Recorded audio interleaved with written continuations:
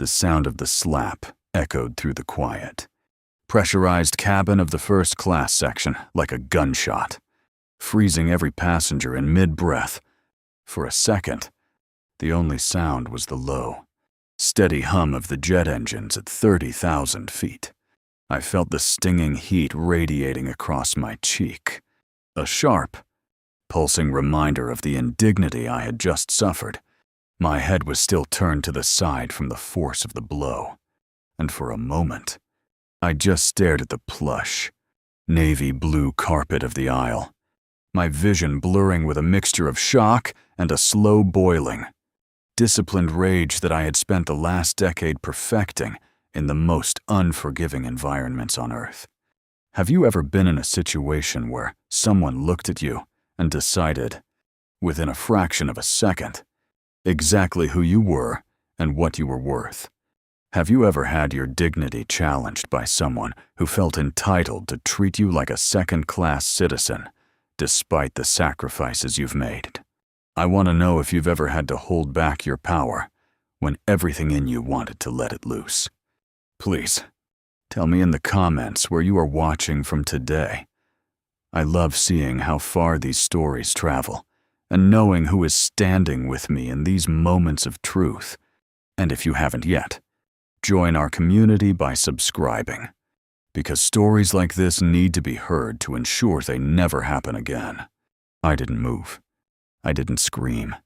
I didn't even raise my hand to my face. I just sat there in seat 2, my combat-worn boots tucked neatly under the footrest, my fingers curling instinctively into the armrests. I was a woman who had survived 3 deployments in the harshest terrains, a person who had led teams through literal fire. Yet here I was, in the supposed sanctuary of a luxury cabin, being treated like a trespasser. The woman standing over me was trembling. But it wasn't out of fear, it was pure, unadulterated arrogance. She was impeccably groomed. Her hair pulled back into a bun so tight, it seemed to pull the corners of her eyes upward, giving her a permanently sharp, predatory look. Her uniform was crisp, the silver wings pinned to her chest, catching the overhead LED light.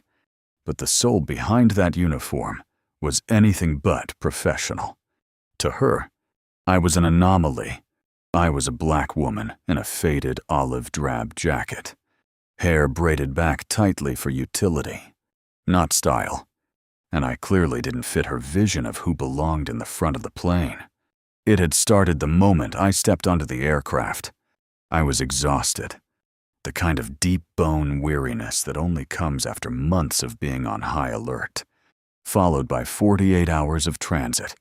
All I wanted was to sink into the oversized leather seat, close my eyes, and dream of the quiet life waiting for me back home. But as I crossed the threshold into the plane, she didn't offer the practiced, plastic smile she gave the man in the expensive suit ahead of me. Instead, she blocked the path, her eyes scanning me from my scuffed boots to my tired face. Economy is through that door and all the way to the back. Honey, she had said, her voice dripping with a condescension so thick it was almost palpable. She didn't even wait for me to speak. She just pointed toward the narrow aisle of the main cabin, as if I were lost, or perhaps unable to read the clear markings on my boarding pass. I didn't take offense initially. I've learned that people's assumptions are a reflection of their own limitations, not mine. I simply held up my ticket, a paper boarding pass that clearly stated first class in bold letters. I didn't say a word. I just let the document do the talking. She didn't apologize. She didn't even look embarrassed. She snatched the paper from my hand, squinted at it as if searching for a forgery, and then handed it back with a sigh that suggested I was an inconvenience she was forced to tolerate. Fine, she muttered. Just try not to block the aisle. People with actual luggage need to get through. I had one small rucksack. It contained everything I owned of value. My medals, a few photos, and my husband's letters. It was compact and efficient. Unlike the massive rolling suitcases, the other passengers were struggling to shove into the overhead bins. I found my seat and settled in, trying to let the tension drain from my shoulders. I watched the other first-class passengers board, mostly older businessmen, a couple dressed for a high-end vacation, and a young tech-looking guy with noise-canceling headphones. The flight attendant treated them like royalty, offering champagne, warm nuts, and personalized greetings.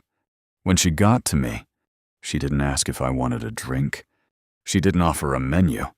She simply leaned over and hissed, "If you're going to stay in this cabin, you need to follow the rules.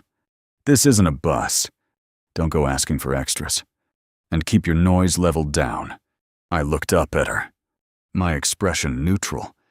"I'm just here to fly home," I said quietly. My voice was steady, the voice of someone used to giving orders, not taking abuse. It seemed to irritate her that I wasn't intimidated. She wanted me to feel small, to feel like an intruder in this world of polished wood grain and unlimited legroom. The flight leveled out, and the fasten seatbelt sign dinged off. I reached into my bag to grab a book, but as I did, my elbow accidentally brushed against the sleeve of her uniform as she hurried past, with a tray of crystal glassware. It was a nothing contact, a ghost of a touch, but she reacted as if I had physically assaulted her. She spun around, the glass rattling on her tray. "Watch yourself," she snapped, her face flushing a deep, angry red. "I'm sorry. It was an accident," I said, genuinely trying to keep the peace. I didn't want a scene. I just wanted the peace I had earned. "You people are always so aggressive," she whispered, leaning in so the other passengers wouldn't hear. But the venom in her tone was unmistakable. "You think because you got a lucky ticket that you own the place. You don't belong here. You're making the other guests uncomfortable just by sitting there looking like that." I felt the air in my lungs sharpen. I am a paying passenger, and I've served this country, so people like you can fly in safety. I suggest you step back and do your job. That was the moment the mask slipped entirely. She didn't see a veteran. She didn't see a hero. She saw someone she thought she could break. She looked around quickly. The man in 1A was asleep, and the woman in 2B was buried in a magazine. In her mind, there were no witnesses that mattered. "Don't you ever speak to me about service," she hissed. And then, without warning, her hand flew up.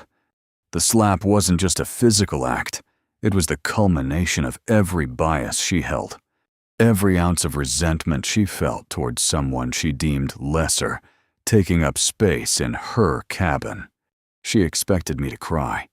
She expected me to cower or perhaps to strike back, so she could call the air marshal and have me dragged off in handcuffs, confirming every stereotype she held in her warped mind. But she didn't know who I was. She didn't know that my husband, the man who was waiting for me at the gate with a bouquet of flowers and a heart full of pride, didn't just work in the industry. She didn't know that the very logo on her silver wings belonged to a company his family had built from the ground up. She didn't know that in a few hours. She wouldn't just be answering to a supervisor, but to the man who signed her paychecks. I slowly turned my head back to face her. My cheek was burning, but my eyes were cold as a winter night in the mountains. I didn't raise my voice. I didn't move an inch. "You just made the biggest mistake of your career," I said, my voice a low, vibrating hum that seemed to rattle the very air between us. She laughed, a harsh, brittle sound. "What are you gonna do? Complain? Who do you think they'll believe? A decorated professional with 10 years of service, or a girl in combat boots who looks like she wandered off the street? Sit down. Shut up. And if I hear one more word out of you, I'm having the pilot radio ahead for a security escort at the gate. She turned on her heel and marched toward the galley. Her head held high, convinced she had won. I sat there, the silence of the cabin closing in around me. I could feel the eyes of the woman in 2B on me now. She had seen it. She was staring at me with a mix of horror and hesitation. I didn't look at her. I reached into my rucksack and pulled out my satellite phone, the one I kept for emergencies, the one that bypassed the plane's standard Wi-Fi. I didn't call the police. I didn't call a lawyer. I dialed a private number that I knew by heart. The phone rang twice before a deep, familiar voice answered. "Hey, beautiful. You landing early. I'm already heading to the airport." I took a shaky breath. The first sign of emotion I'd allowed myself. "I'm on the flight," I whispered. "But we have a problem in the cabin. One of your lead attendants just laid hands on me." There was a silence on the other end of the line. A silence so heavy it felt like the plane itself had stopped moving. When he spoke again, the warmth was gone, replaced by a cold, calculating authority that I knew very well. "Tell me exactly which flight you're on. And don't move. Don't say another word to her. I'll handle the rest from the ground." I hung up and tucked the phone back into my bag. I looked out the window at the endless blanket of clouds below, glowing orange and pink in the setting sun. The flight attendant was back in the galley, laughing with a coworker, completely oblivious to the fact that the invisible gears of her own destruction had already begun to turn. She thought she was the one with the power because she wore a uniform and a badge.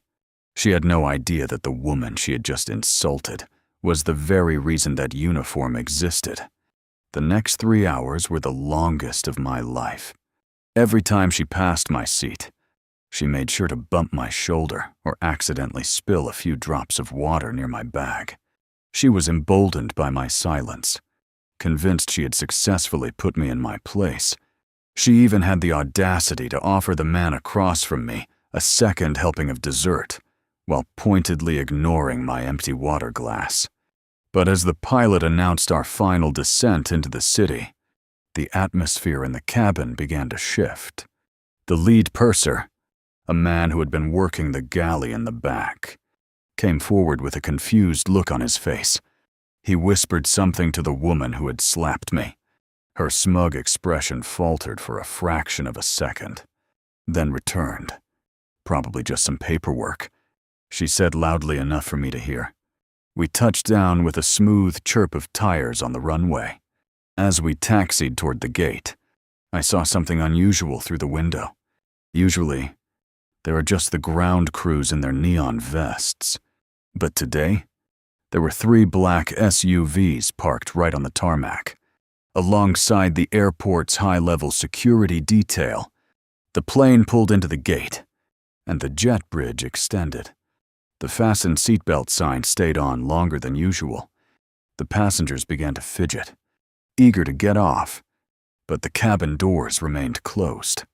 The flight attendant stood by the exit, smoothing her skirt, preparing to give her final, fake thank you for flying with us to everyone, except me, I assumed. Then, the forward door opened, but it wasn't the gate agent who stepped through first. It was a man in a tailored charcoal suit, his face a mask of barely suppressed fury, followed by the airport's director of operations and 2 stern-faced men in security uniforms. The flight attendant's smile widened, though it looked a bit nervous. "Sir, you can't be on the aircraft yet. We haven't deplaned." She stopped mid-sentence as the man in the charcoal suit pushed past her without a glance.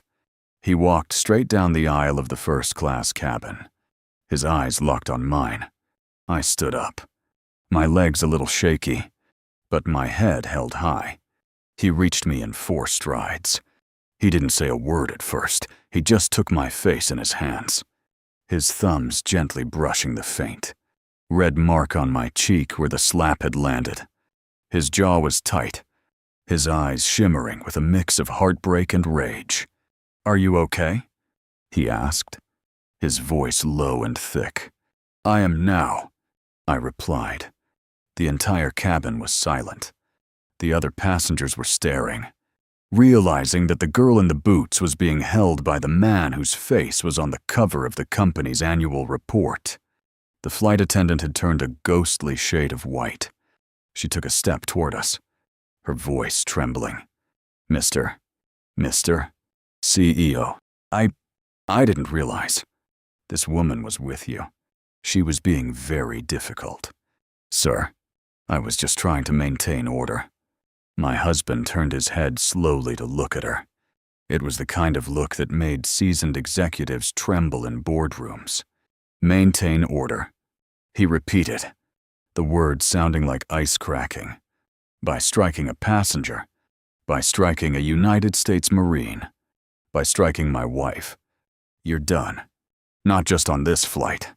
Not just with this airline.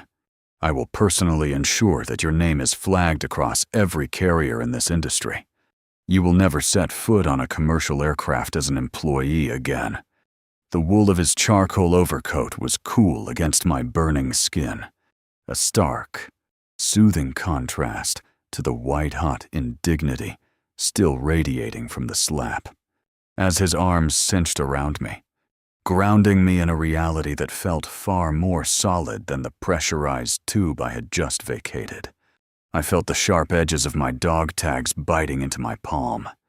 They were a reminder of a life lived in the dirt. A life where respect was earned through blood, sweat, and a relentless commitment to the person standing next to you.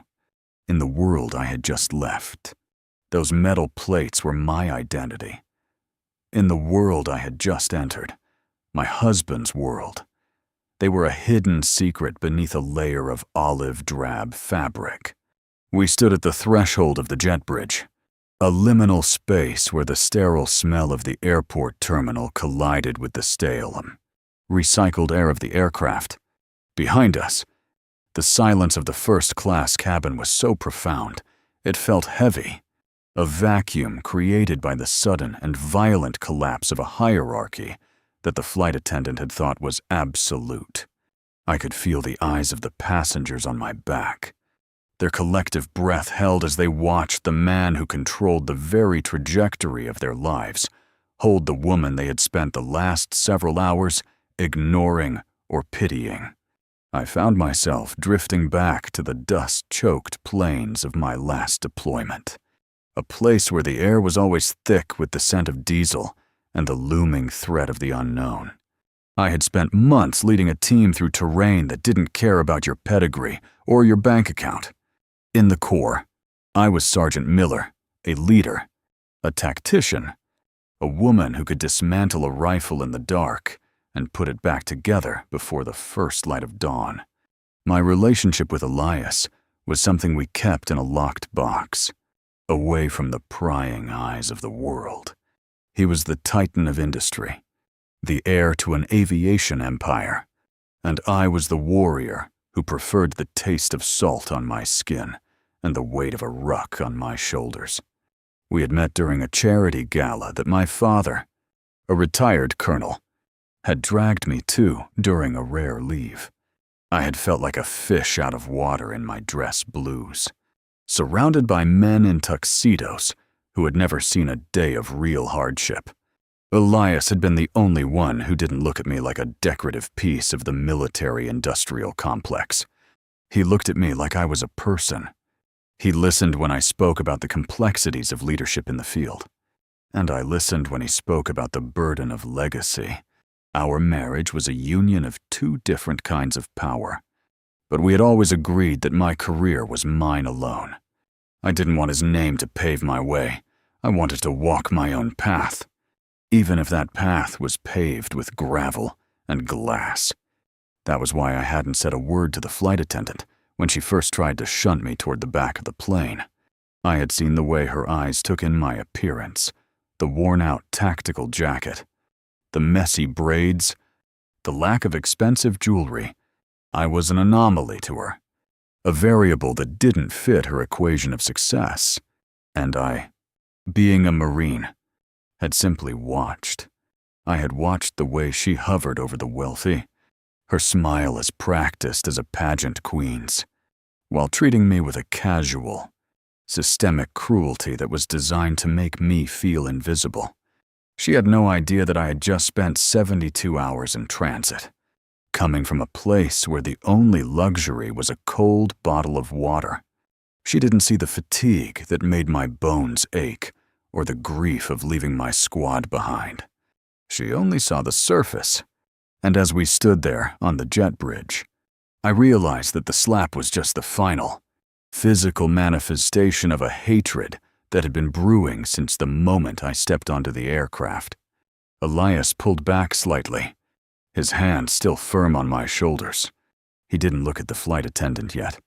He looked at me, his eyes searching mine for the woman he knew was buried under the exhaustion and the bruise. "Did she hurt you?" he asked, his voice a low, vibrating hum of controlled fury. "She tried," I replied, my voice finding its strength, "but she missed the mark. You can't break something that's already been through the forge." "Elias."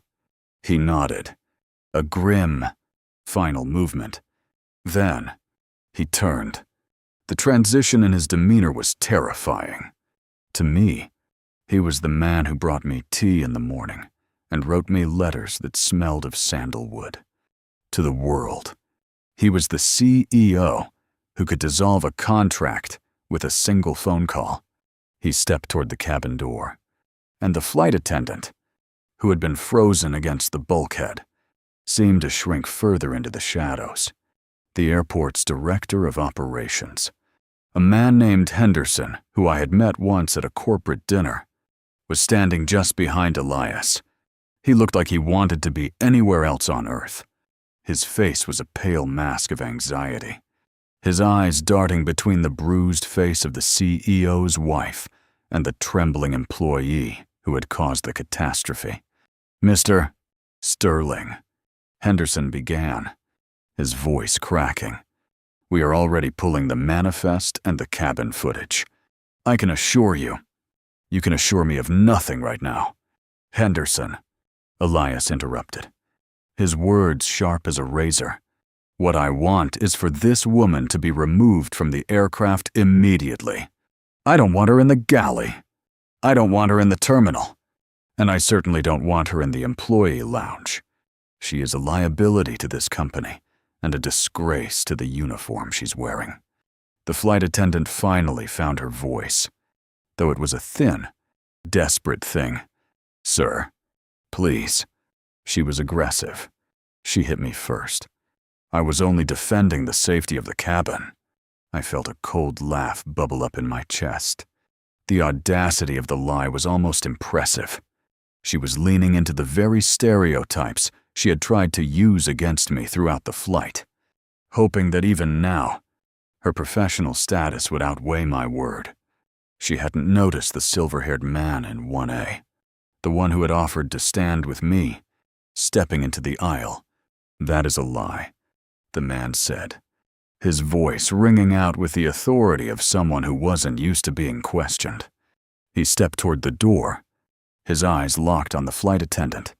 I watched the entire interaction.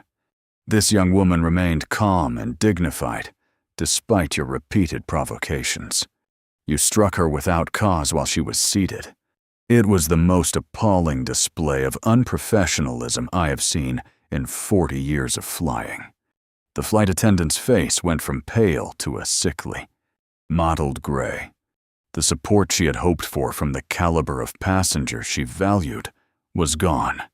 She was isolated, a predator caught in a light that was far too bright for her to survive. I stood by Elias, watching the scene unfold with a detached clarity. I was reflecting on the transformation I was undergoing in that moment. For months, I had been the one in charge, the one who made the decisions, the one who protected others. Being in a position where I was the victim was a foreign, uncomfortable sensation. But as I watched Elias defend me, I realized that true empowerment wasn't just about being strong. It was about knowing when to let the people who love you stand in the gap. However, there was a part of me that still wanted to handle this the Marine way. I wanted to look her in the eye and let her see exactly who she had tried to bully. I stepped forward, slipping out of Elias's protective reach. I walked until I was standing just a foot away from her. The security guard shifted, but Elias raised a hand, signaling them to wait. The flight attendant's breath was coming in short, panicked gasps. Up close, I could see the cracks in her foundation, the way her heavy foundation couldn't hide the sweat on her brow, the way her hands were balled into fists to hide the tremors. "You didn't see me," I said, my voice barely above a whisper. Yet it carried through the silent cabin like a thunderclap. "You saw a jacket. You saw a color. You saw a target. But you never bothered to see the human being underneath. You thought you were the one in power because you have a key to a liquor cabinet and a title on your chest. But power isn't given to you by a company. It's something you carry inside. And you have nothing." She tried to look away, but I leaned in, forcing her to hold my gaze. I faced people who were truly dangerous. I continued. People who had real convictions, even if they were wrong. "You're just a coward who hides behind a set of rules you don't even follow. You hit me because you couldn't stand the fact that I wasn't afraid of you. And now, you're going to lose everything because you couldn't handle someone who didn't fit your narrow little world." I stepped back, feeling a strange sense of closure. The rage that had been boiling inside me since the slap hadn't vanished, but it had been channeled into a cold, hard resolve. I turned to Elias and Henderson. "I'm done here. I want to go home." "Wait," Henderson said, stepping forward. "We need to document the injury for the legal filing. If we're going to pursue criminal charges, I don't care about the filing right now." "Henderson," Elias snapped, "get her out of here. Now." The two security guards moved in. They didn't be gentle. They took the flight attendant by the arms, and for the first time, she truly realized that there was no coming back from this. She began to wail, a high-pitched, hysterical sound that echoed through the jet bridge as they led her away. She begged for her job. She begged for forgiveness. But the air she was screaming into was cold and indifferent. We watched them disappear into the terminal, the sound of her cries fading as the heavy security door swung shut. The cabin was left in a state of stunned silence. The other passengers began to stir, the realization that the show was over finally sinking in. The man in 1A offered me a solemn nod, a gesture of respect from one world to another, and I returned it. Elias took my hand, his fingers interlaced with mine. His grip was tight, as if he were afraid I might vanish back into the clouds if he let go. "The car is waiting on the tarmac," he said. "We don't have to go through the terminal. Everything is taken care of." As we walked down the stairs of the jet bridge toward the waiting black SUVs, I felt the first drops of rain beginning to fall. The air was heavy with the smell of wet asphalt and jet fuel, a combination that usually triggered my flight or fight response. But today, it just felt like the end of a long mission. We climbed into the back of the SUV, the heavy door closing with a satisfying, muffled thud that shut out the noise of the airport. The interior was a world of soft leather and quiet luxury, a space that Elias had built to be a sanctuary for us. He didn't speak for a long time. He just sat there, holding my hand, his eyes fixed on the rain-streaked window. "I'm going to ruin her, Sarah," he said finally, his voice devoid of emotion. "I'm going to make sure she never works in any service industry again. I'm going to look into every flight she's ever worked, every complaint that was ever filed and buried. This wasn't the first time she did this. I can feel it in my gut. I know, I said, leaning my head against his shoulder. But Elias, don't let it consume you. She's not worth the energy. She struck you, he said, his voice rising with a sudden, sharp edge. In my house, that airline is my family's legacy. It was built on the idea of dignity and respect. She used my name to hurt my wife. I won't let that stand. I understood his anger. It wasn't just about the slap. It was about the violation of everything he believed in. He had spent his life trying to modernize the airline, trying to make it a place where everyone was treated with the same level of care, regardless of the price of their ticket. To have an employee act with such blatant, violent prejudice was a personal failure in his eyes. We'll handle it together, I said. But right now, I just want to forget I was ever on that plane. He looked at me then, his expression softening. He reached out and gently touched the side of my face, his thumb grazing the bruise. I'm so sorry I wasn't there. I should have been on that flight with you. I should have known. You couldn't have known. I reminded him. And besides, if you were there, she never would have shown her true face. This needed to happen. In a weird way. It exposed a rot that you can now cut out. The SUV pulled away from the gate area, weaving through the maze of support vehicles and parked aircraft.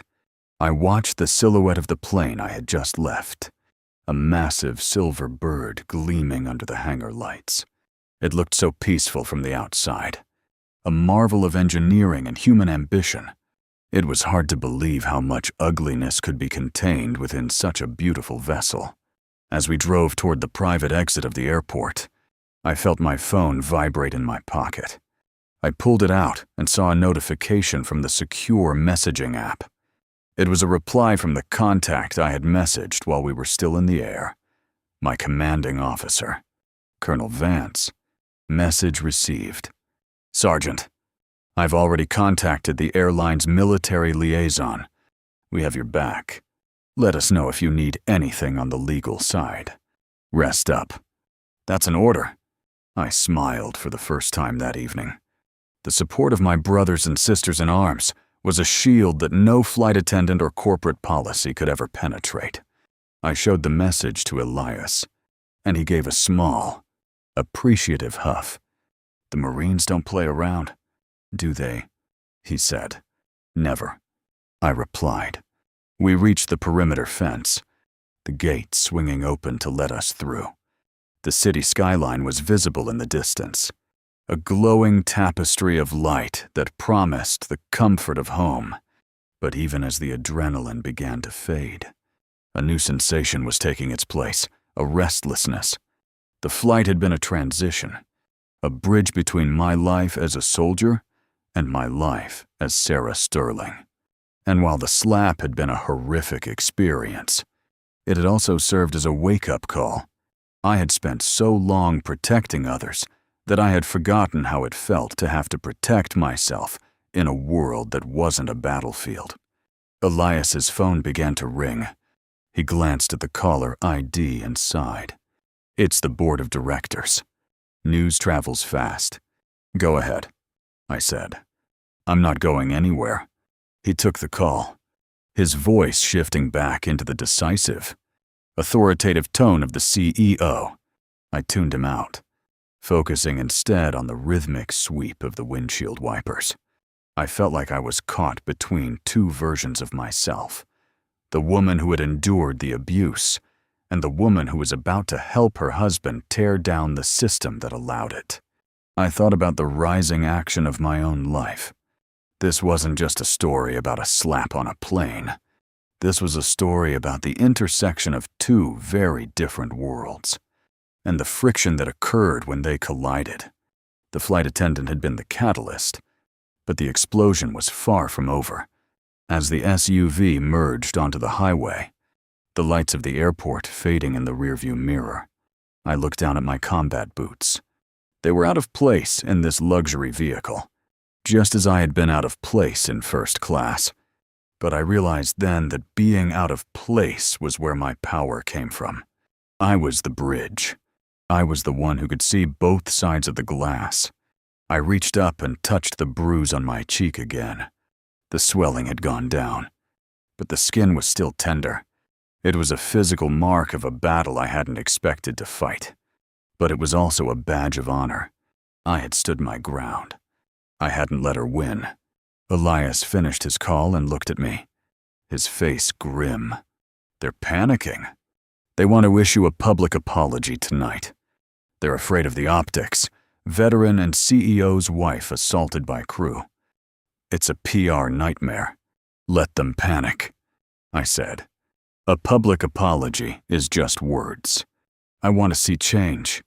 Elias, I want to see how they're going to make sure this doesn't happen to the next person who doesn't look like they belong in first class. He nodded, his eyes glowing with a newfound purpose. We'll start with a full audit. Every crew member, every training manual. We're going to rebuild the service culture from the ground up. I leaned back into the seat, the exhaustion finally starting to take hold. The journey home was almost over, but the work was just beginning. I watched the rain lashing against the window, the droplets forming long, shimmering streaks that blurred the world outside. Suddenly, the SUV hit a bump, and my rucksack slid off the seat, spilling its contents onto the floor mat. I reached down to gather my things, the letters, the photos, the medals. As I picked up a small, framed picture of my squad, I noticed a piece of paper that had fallen out of the side pocket. It was a handwritten note from the flight attendant, the one she must have tucked into my bag during one of the times she accidentally bumped into me. I hadn't noticed it before. My heart skipped a beat as I unfolded the crumpled paper. The handwriting was jagged, filled with the same venom that had been in her voice. You think you're so special. You're nothing. You'll never be one of us. Enjoy your flight while it lasts. Because people like you always fall. I stared at the words. The ink smudged by the humidity. It wasn't just a slap in a moment of anger. It was premeditated. She had been planning to provoke me, to break me. From the very beginning, the realization made the hair on my arm stand up. This went deeper than just a single rude employee. I handed the note to Elias without a word. I watched his eyes scan the lines, his face turning a shade of red that I had never seen before.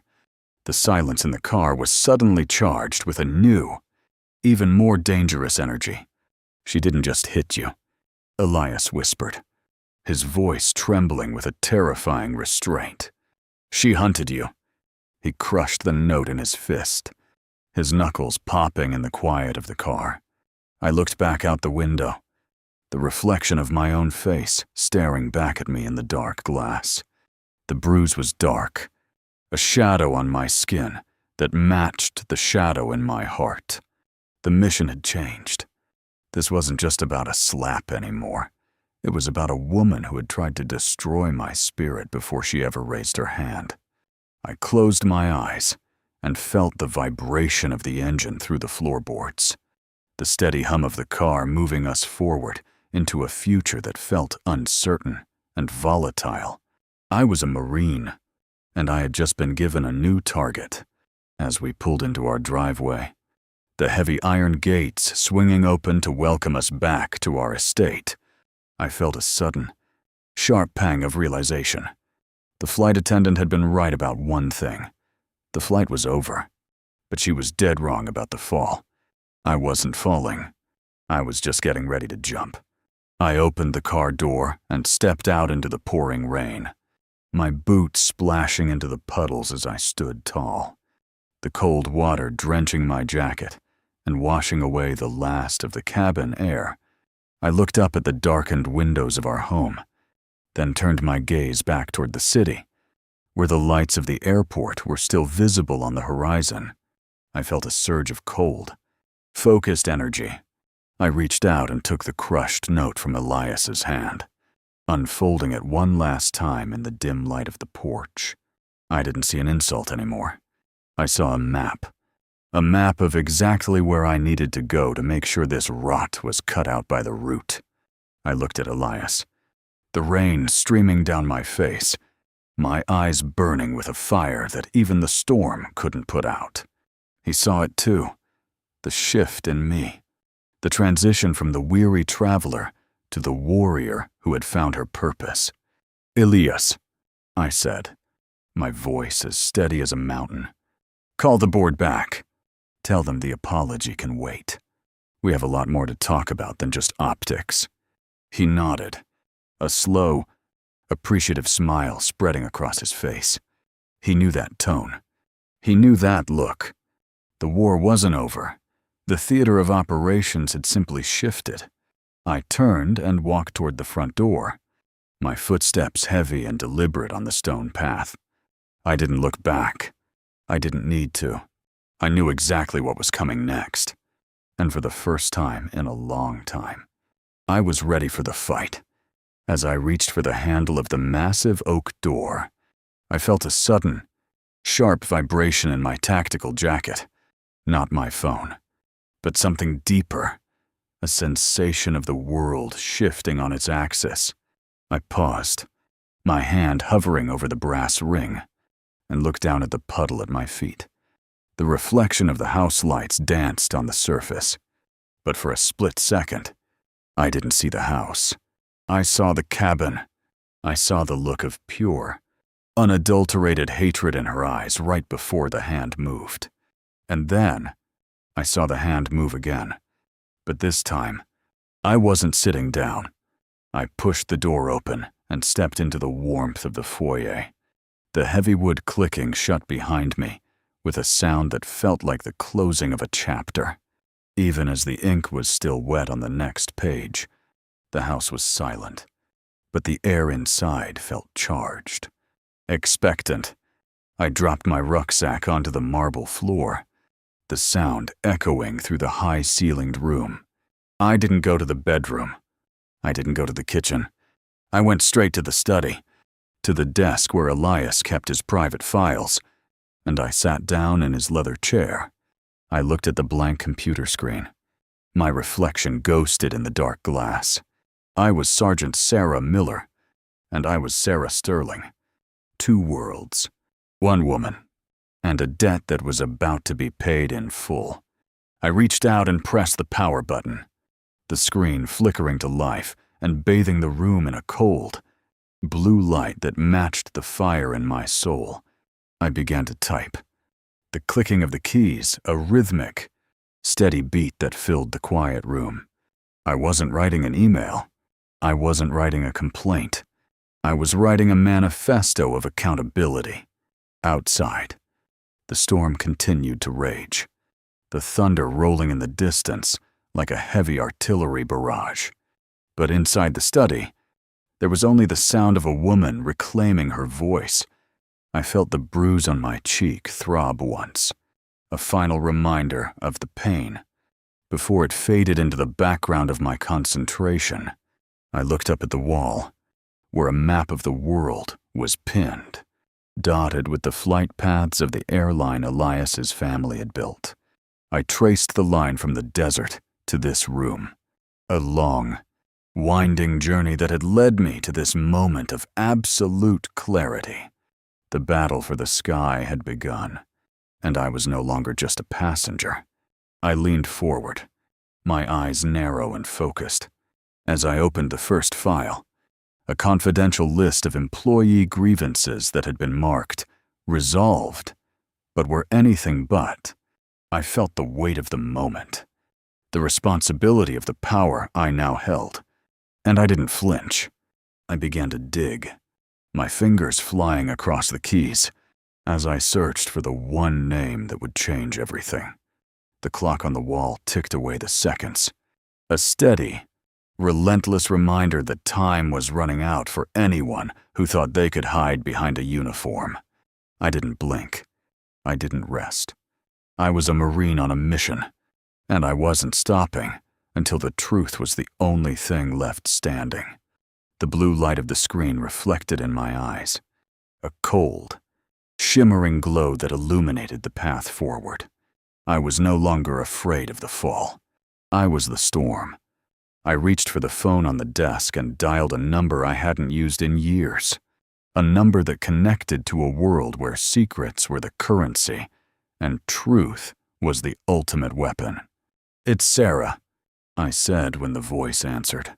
"I need a favor. A big one." The person on the other end listened in silence as I explained the situation. When I was finished, there was a long pause, then a short, decisive answer. "Consider it done. Sarah, we'll have everything you need by morning." I hung up the phone and leaned back, a sense of grim satisfaction settling over me. The wheels were in motion. The trap was set. I looked out the window one last time, at the rain-streaked darkness where the future was waiting. I was ready. I stood up, my boots silent on the carpet, and walked toward the door. I had a lot to do before the sun came up, and for the first time in a long time, I knew exactly who I was and what I had to do. The story was far from over. It was just getting started. I walked out of the study, the light from the computer screen still casting a long, blue shadow across the floor, a silent witness to the war that had just been declared in the heart of a luxury estate. I didn't look back. I just kept moving, my head held high and my heart full of a cold, focused fire that nothing could extinguish. The world thought it knew Sarah Sterling. The world thought it knew Sergeant Miller. But the world was about to find out what happened when those two women became one. I reached the bottom of the stairs and looked up, where Elias was standing, watching me with a look of profound respect and a touch of something that looked like awe. "Ready?" he asked. "Ready," I replied. We walked up the stairs together, two shadows moving through the darkness toward a light that was still a long way off. But we knew it was there. We knew it was there. I felt the first stirrings of a new kind of strength, a strength that didn't come from a rifle or a rank, but from the knowledge that I was no longer alone in the fight. I was Sarah Sterling. I was a Marine, and I was going to win.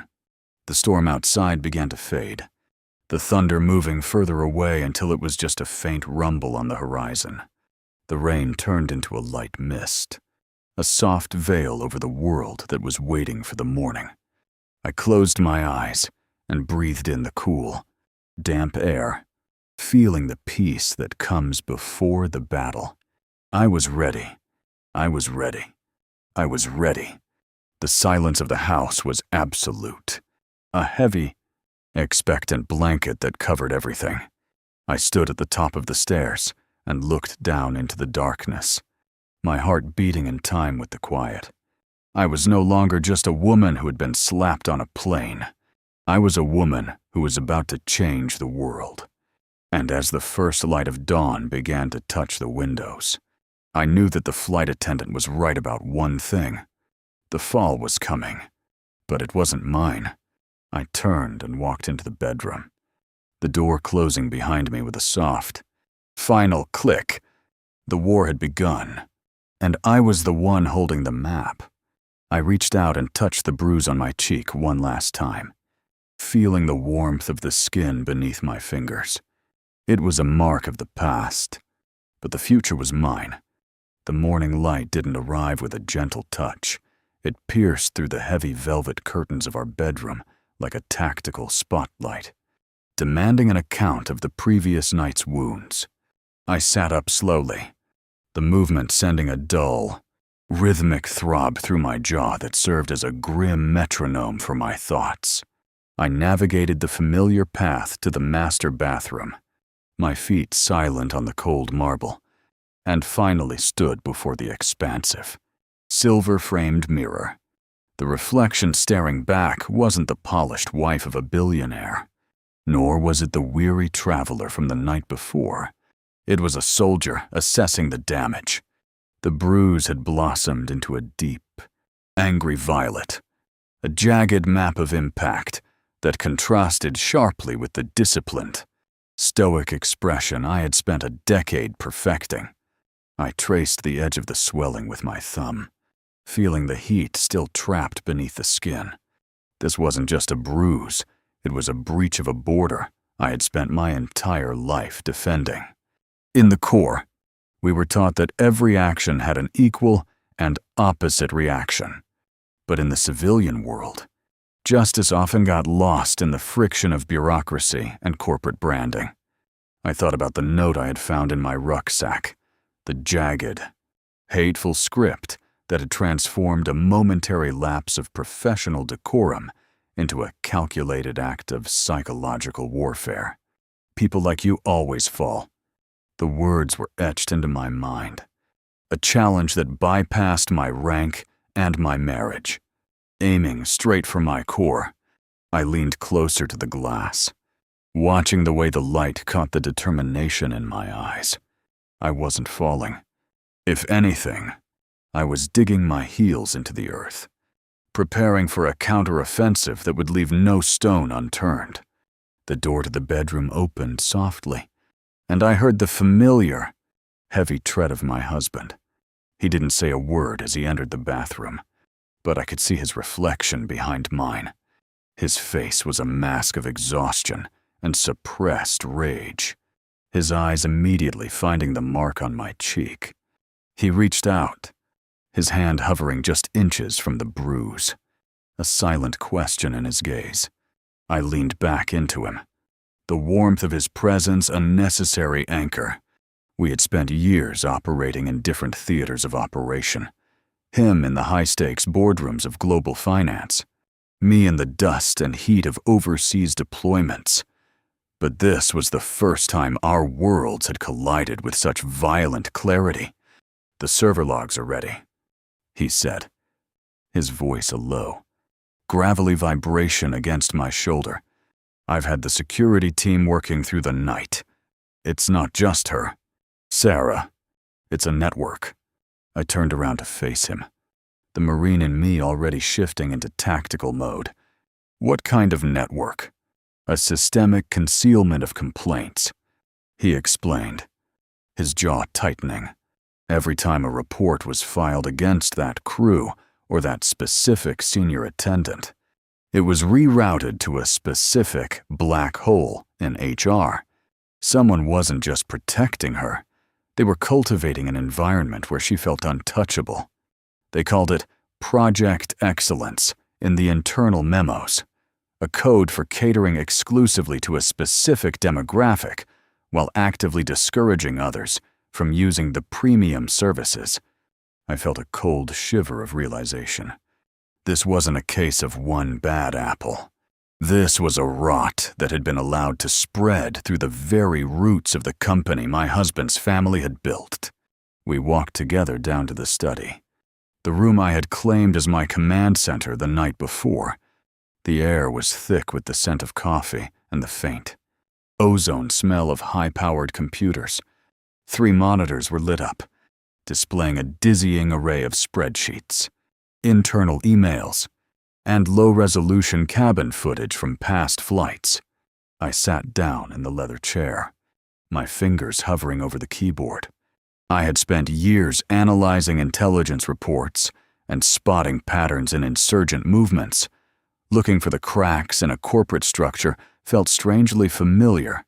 I began to scroll through the disciplinary, shielded files Elias had mentioned.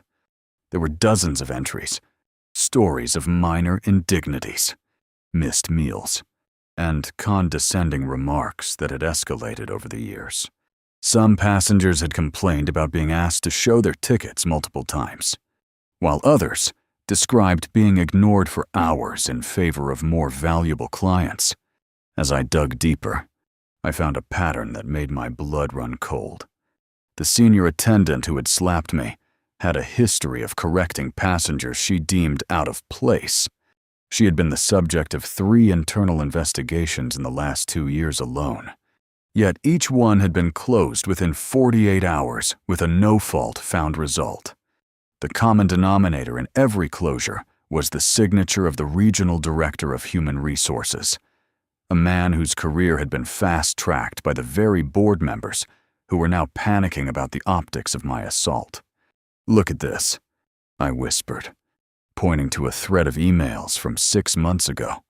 The senior attendant had sent a message to the director, complaining about a group of students who had saved up their money to fly first class for a graduation trip. Her words were dripping with the same venom she had used on me. "These people don't understand the nuance of the service we provide. They are cluttering the cabin with their presence. I'll make sure they don't book with us again." The director's response was even more chilling. "Handle it as you see fit. We need to maintain the brand's exclusivity. I'll make sure the feedback loop is closed on our end." I leaned back, the weight of the betrayal pressing against my chest. My husband's company, the legacy of dignity he fought to maintain, was being used as a shield for a clique of elitists who viewed their positions as a mandate for discrimination. I thought about the hundreds of people who had walked off those planes feeling small, ignored, or insulted, without the resources or the status to fight back. I had been their target last night. But unlike them, I had the power to burn the whole structure down. She thought she was untouchable because she had a protector in the high office. I said, my voice cold and focused. She wasn't just being rude, she was executing a policy. My husband leaned over my shoulder, his eyes scanning the emails. The fury in him was no longer a fire. It had become a block of ice. "The board meeting is in 4 hours. They think we're going to discuss a settlement or a quiet resignation. They have no idea we've breached their private servers. We're not just going to the meeting," I said, standing up. The Marine in me was already visualizing the terrain of the corporate headquarters, the glass walls, the security checkpoints, the guarded expressions of the men who thought they ran the world. I want to be the one to present the evidence. I want them to look at the bruise they allowed to happen. He looked at me for a long moment, a flash of concern crossing his face before being replaced by a deep, unwavering pride. "It'll be a war zone, Sarah. They'll try to discredit you. They'll try to say the data was obtained illegally. Let them try," I countered. "I've survived ambushes in the dark. A room full of men in silk ties doesn't scare me. Besides, we're not just bringing data, we're bringing the truth. And that's a weapon they don't know how to defend against." The next few hours were a blur of preparation. I didn't reach for a designer dress or the high fashion labels my husband's social circle expected. I chose a crisp, tailored suit in a deep charcoal gray, something that felt like armor. I pulled my hair back into a tight, severe bun, highlighting the mark on my face rather than trying to hide it. I wanted it to be the first thing they saw. I wanted the physical evidence of their failure to be the centerpiece of the conversation. As we drove toward the city, the urban landscape of glass and steel felt like a different kind of jungle. The headquarters was a monolith of modern architecture, a tower that seemed to touch the sky, reflecting the clouds in its polished surface. We bypassed the main lobby, taking a private elevator that hummed with a quiet, expensive energy as it ascended to the top floor. When the doors opened, the air was still, filtered, and smelled of lemon polish and nervous anticipation. The boardroom was a vast space with a panoramic view of the skyline. A long, mahogany table sat in the center, surrounded by 12 chairs. 10 of them were occupied by men and women who looked like they had been curated for a magazine feature on global leaders. At the head of the table sat the chairman of the board, an older man with white hair and eyes that were as cold as the glass windows behind him. To his left sat the regional director of HR, the man whose signature had cleared the senior attendant of her crimes. The silence that met us as we walked in was heavy with the scent of fear. They all looked at my husband first, but their eyes quickly drifted to me, and I saw the collective flinch when they saw the bruise. It was a dark, unmistakable mark of violence in a room that prided itself on soft power.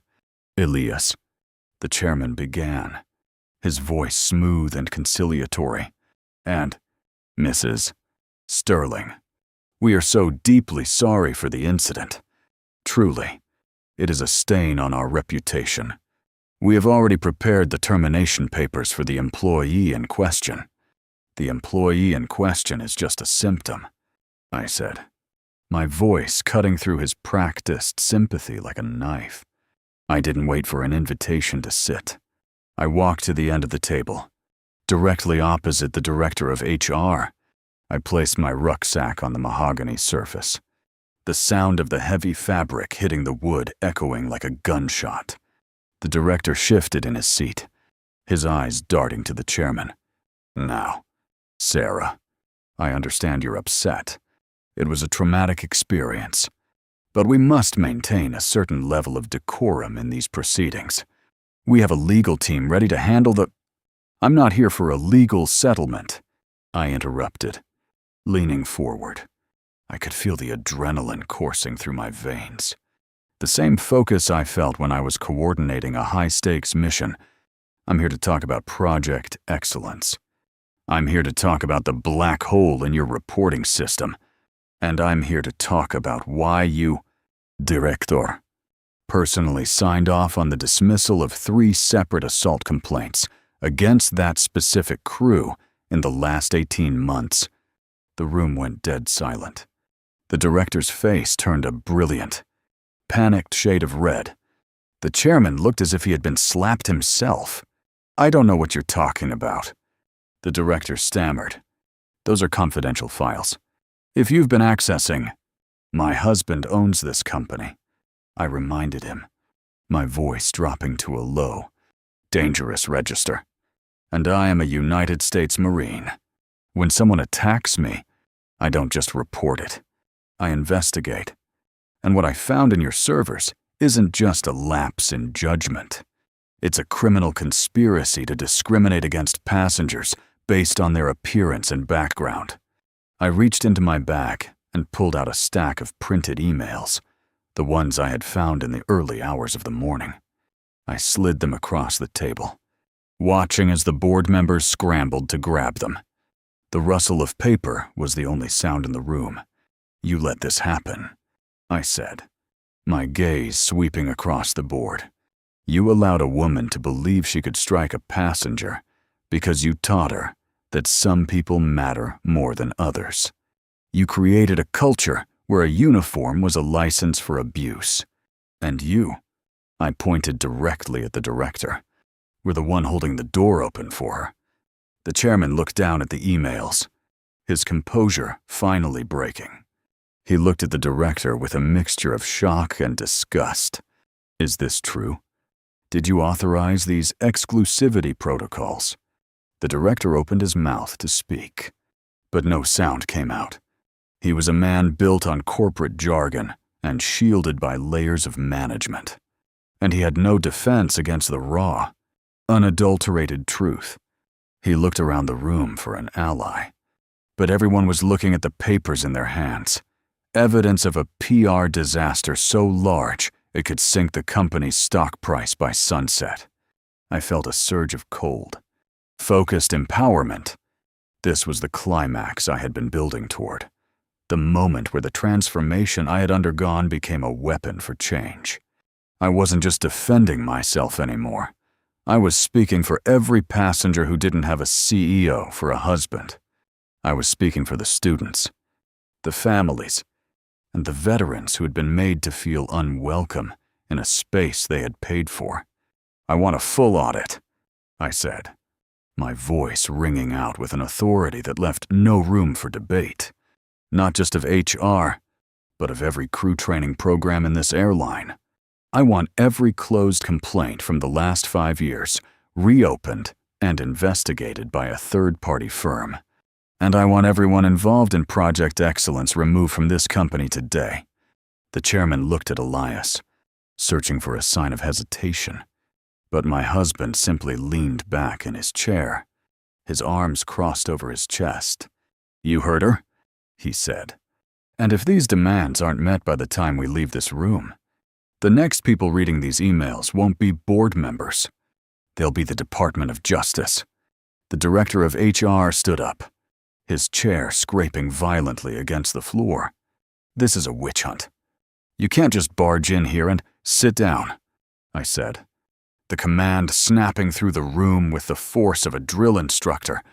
He froze, his eyes widening in shock, and slowly sank back into his seat. I walked around the table, stopping just behind him. I could see the sweat on the back of his neck. "You thought you were safe behind your titles and your glass walls," I whispered, leaning down so only he could hear. "But you forgot the most basic rule of leadership. You are responsible for the people you lead. You failed them. And now, you're going to pay for it." I turned back to the room, my heart pounding with a steady, rhythmic intensity. The battle wasn't over, but the lines had been redrawn. The people in this room realized that they weren't just dealing with a traumatized wife. They were dealing with a woman who knew how to dismantle an enemy from the inside out.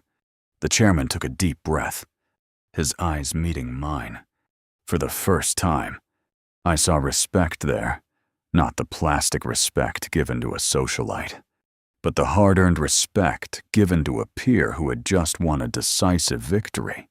"We will begin the audit immediately, Mrs. Sterling.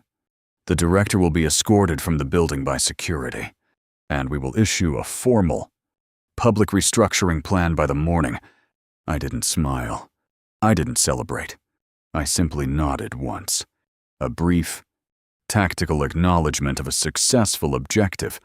I picked up my rucksack and walked toward the door, the sound of my footsteps confident and echoing in the vast room. Elias followed me, his hand resting briefly on my back as we stepped out into the hallway.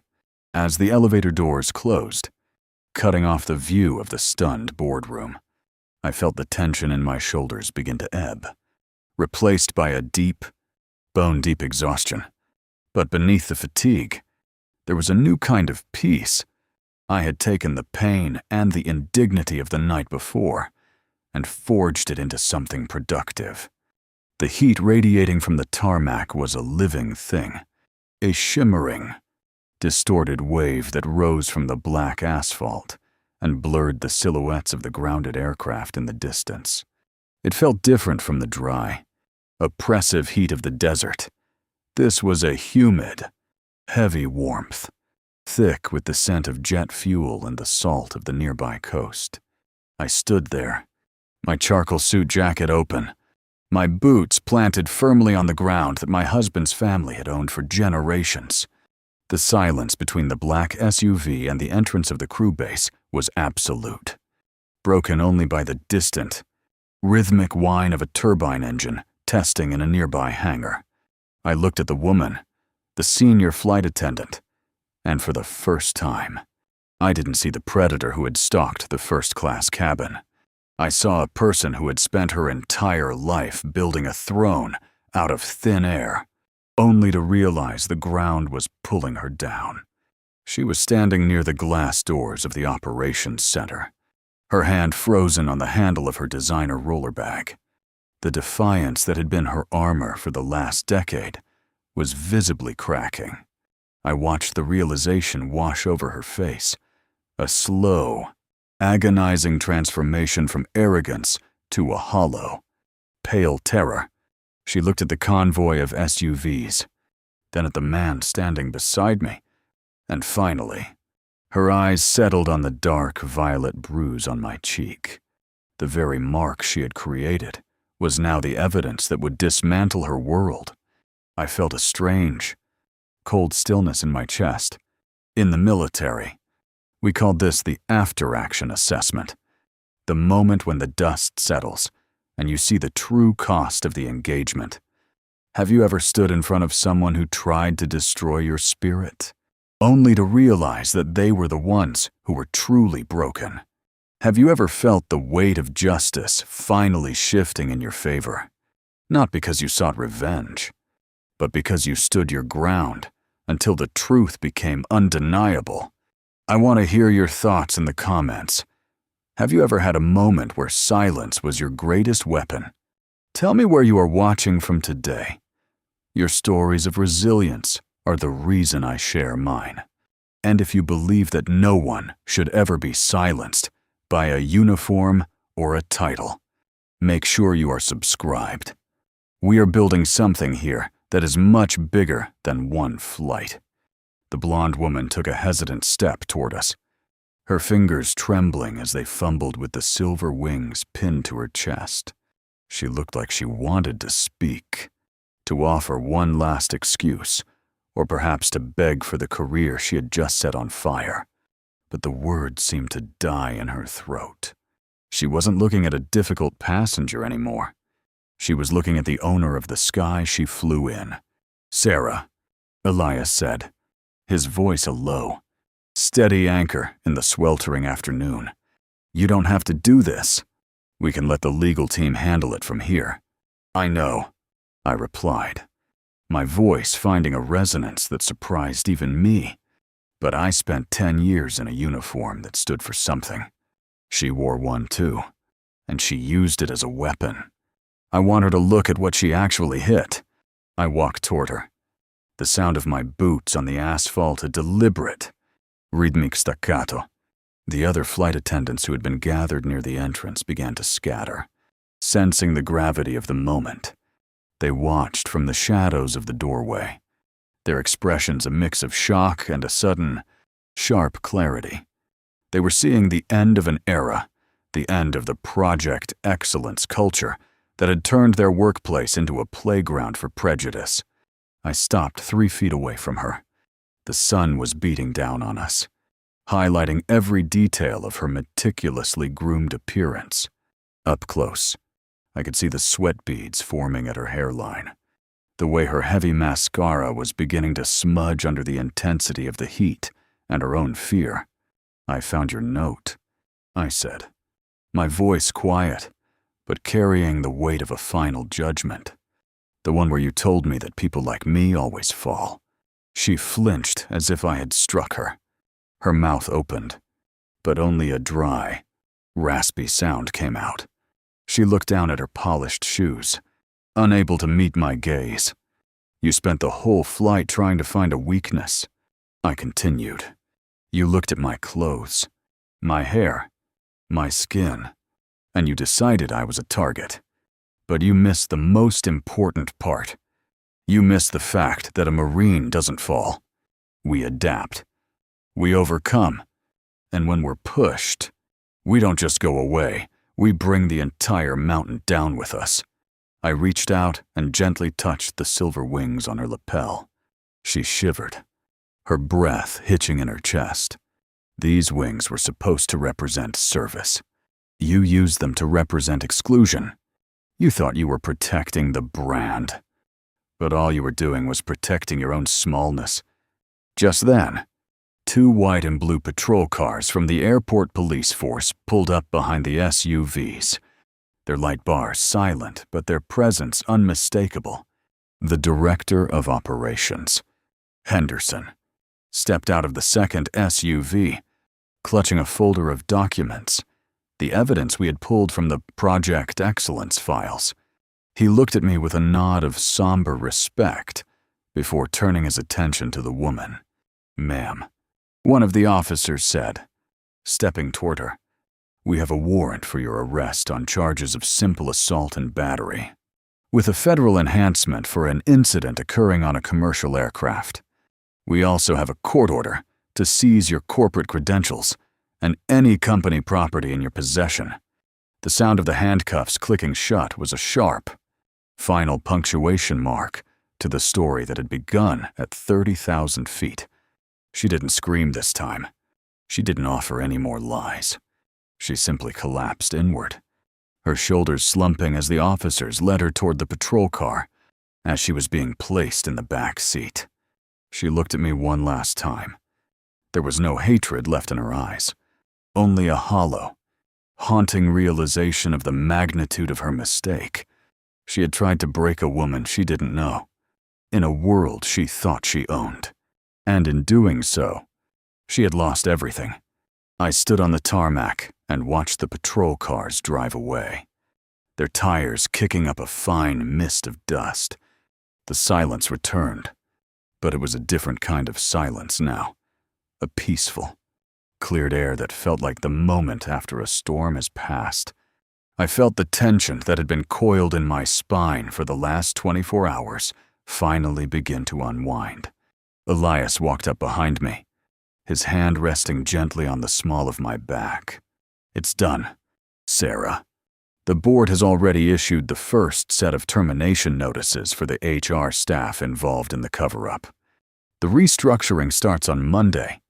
It's a start," I said, looking up at the sky, where a distant jet was leaving a white vapor trail against the blue. But it's not just about the people we fired. It's about the people who are still flying. The ones who are sitting in the back of the plane right now, wondering if they'll be treated with dignity if they ever walk through the curtain. We're going to change that. He promised. I want you to be part of it, not as my wife, but as someone who knows what real leadership looks like.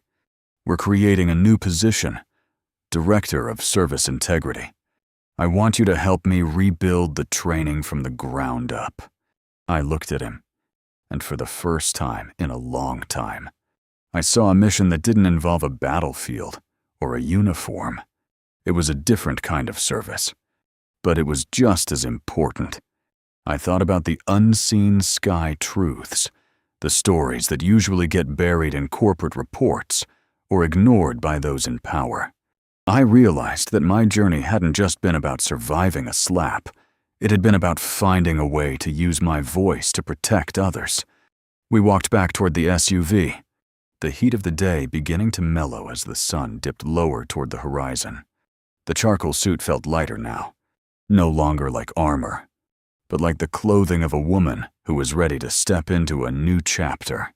I felt a deep, resonant sense of empowerment, a transformation that had taken me from the victim of a petty bias to the architect of a more just future. As we drove away from the crew base, I looked out the window at the airport perimeter. I saw a group of ground crew members taking a break, their neon vests bright against the gray hangars. They were laughing, sharing a moment of camaraderie that reminded me of my squad. I realized then that the caliber of a person isn't found in the seat they occupy or the wine they drink. It's found in the way they treat the people around them when they think no one is watching. The ride home was quiet, but it wasn't the heavy, burdened silence of the previous night. We talked about the future, not just the legal battles ahead, but the vision for a company where excellence meant empathy and exclusivity was replaced by equity.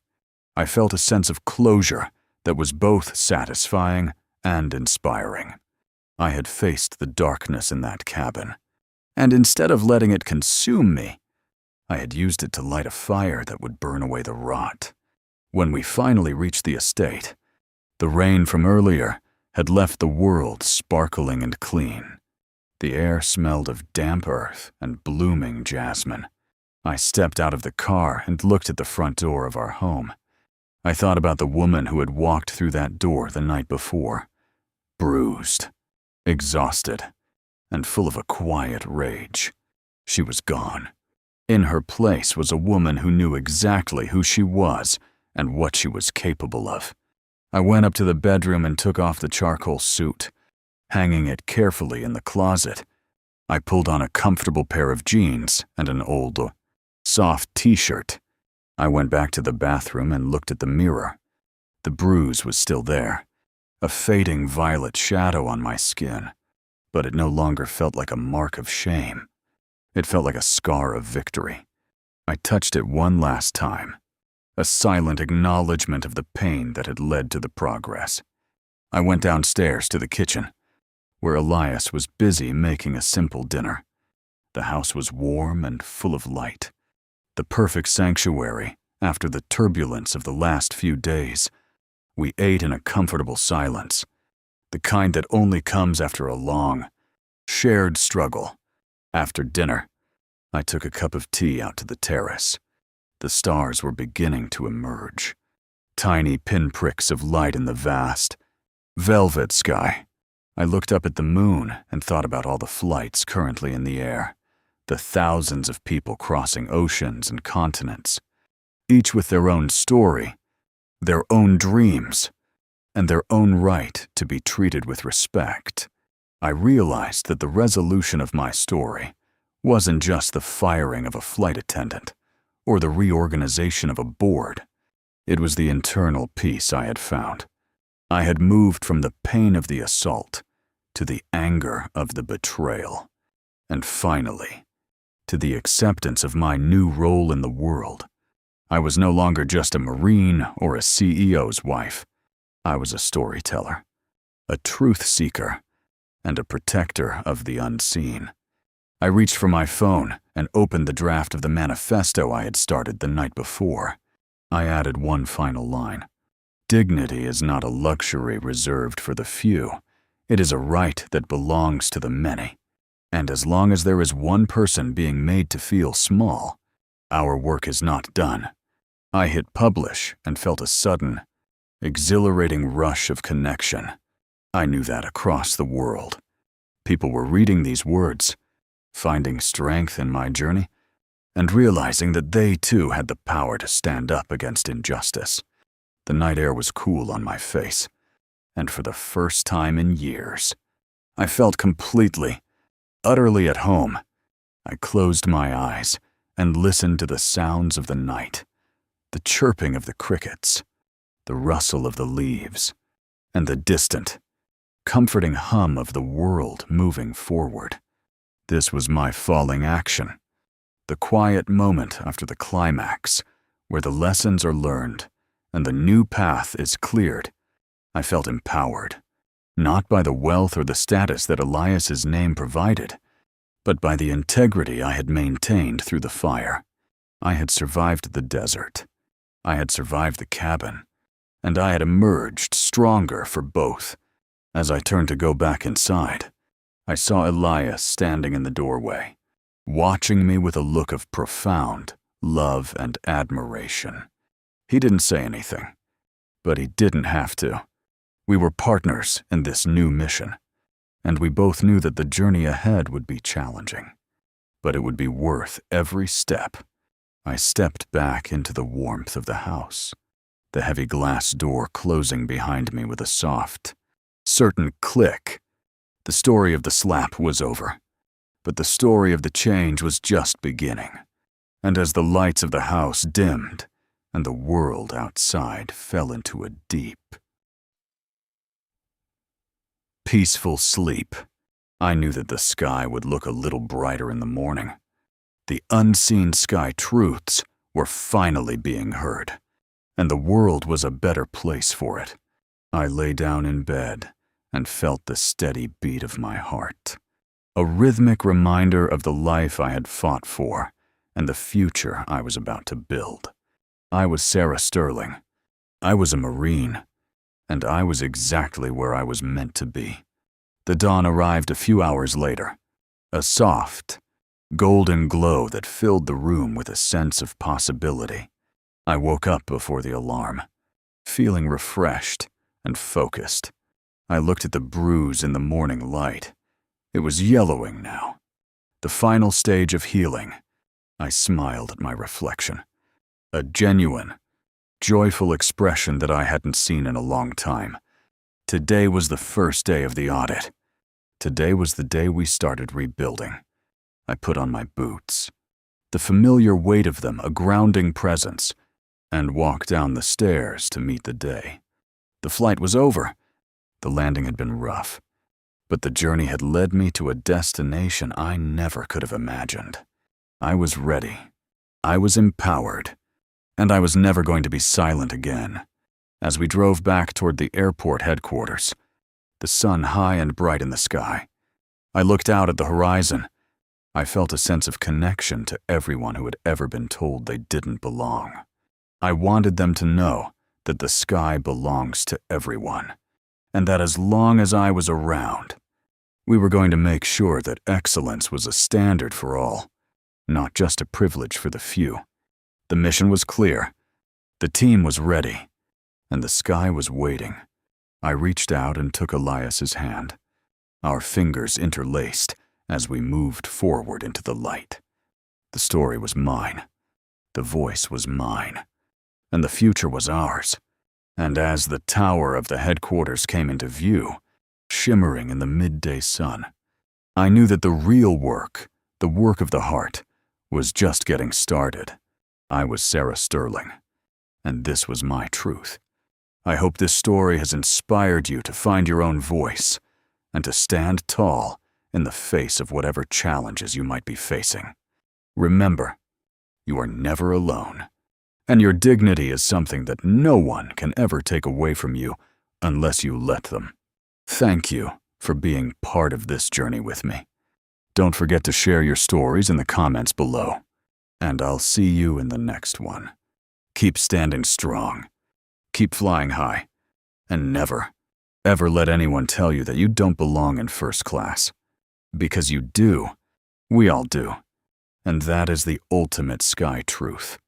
The car slowed as we reached the gate, the security guards offering a crisp salute as we passed. I returned it with a sharp, practiced motion, a final nod to the life I had lived and the life I was about to lead. We were here, and the world was about to change. I stepped out of the car, the warm air wrapping around me like a familiar friend, and walked toward the glass doors of the future. I didn't look back. I was ready. I was home. The end